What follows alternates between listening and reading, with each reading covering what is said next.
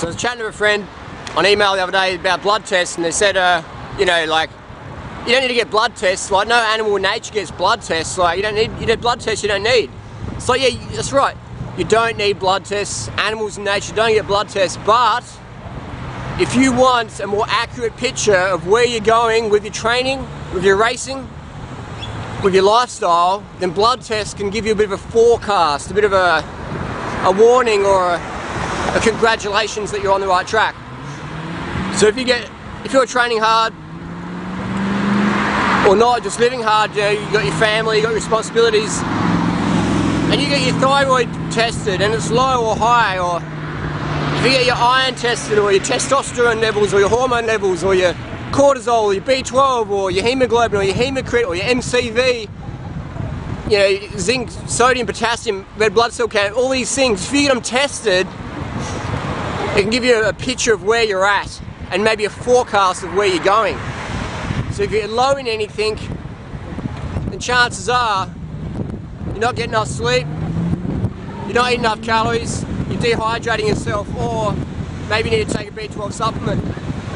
So like, I've got a good friend, he's a housemate of mine, and he eats raw animal products every day, but his B12 is really low, and it has been for the last 5 years, despite eating a lot of raw animal products. And he's come around and thinking, well, you know, I should start supplementing, because obviously this raw animal products stuff doesn't work for B12.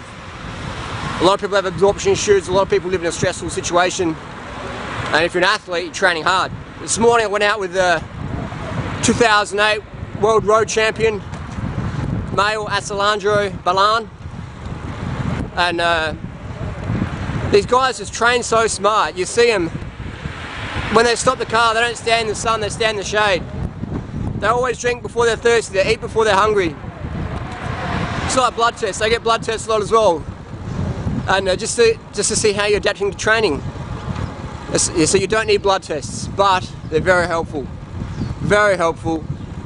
It's just like, we don't live in a natural society anymore, you know? We never will. We live, you know, 9 to 5, most of us. We live in a money system, we live in high stress. You know, pressures, status quo, peer pressure, all these things, kids, mortgages, status, all these things. So forget living in nature, but what you can do is live close to nature and use some technology to assist you, just like right now using the internet to inform yourself. So using blood tests can be a great way to inform yourself of where you're going, where you are now, and where you've come from. So if you've never had a blood test before, your first blood test doesn't mean anything, you know what I mean? Get them every 3 months, you know, because you could be going up or down. So if you don't have any past blood test results, you don't know. You know, does that make sense? It's just like saying, oh, I'm high in iron. It's like, great, but were you low before? Were you higher? You know, so you could be going down, you could be going up, could be staying stationary. Just like traffic lights, you know? So does that make sense? You don't need blood tests, but they're very helpful. I'll get them at least every 3 months. I get all the things tested, hormones, cortisol, testosterone, glucose, red blood cell count, all these things, and I put them up on YouTube, you've seen them. Search vegan blood tests. And I've talked to Dr. Ferrari, who is like, some people say, the leading sports doping specialist, and I've talked to Ferrari on email, and he's given me like a little printout of what is good to test for and why. And understanding your body, you know, when you understand your body, you want to look after it a lot better. You want to give it the nurturing, you want to give it the high carbohydrate, the low fat, sufficient calories. You want to count enough calories so you know you're getting enough. Don't count your calories to starve yourself, count your calories so you get enough. Most people don't eat enough carbohydrates, they eat so much fat, they look fat, feel fat, get fat, or take drugs to avoid getting fat. So it's sad. High carb, low fat, that's where it's at. Alright, enough rambling. Look after yourself. So when you know more about your body, you want to look after yourself. It's just like a house plant. Give enough water and shade and sun, it's all fun. Because that's the rut people can get into.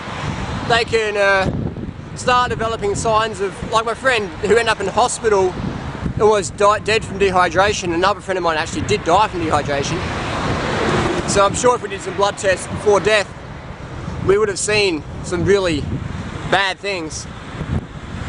And so I've taught myself a bit about blood pathology just by reading my own tests, reading other people's tests, and learning, you know, studying medical journals. Self-education is powerful.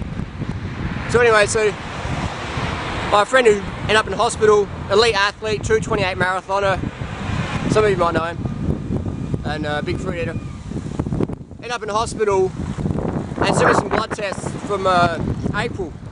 And those blood tests, we could see that, yeah, there was a storm brewing. Thyroid was too low for an athlete. Some blood parameters were too low for an athlete. So by giving the athlete more rest, more hydration, more carbohydrates, we can support the body. And but often what happens is people start to feel a bit slower, so they think, oh, I need to train more, I need to train harder. I'm not training hard enough, I've got to smash it every fucking day. And then, but they actually need more rest. They need more rest, more water, more carbohydrates, but they think they need more training. So then bang, they burn out.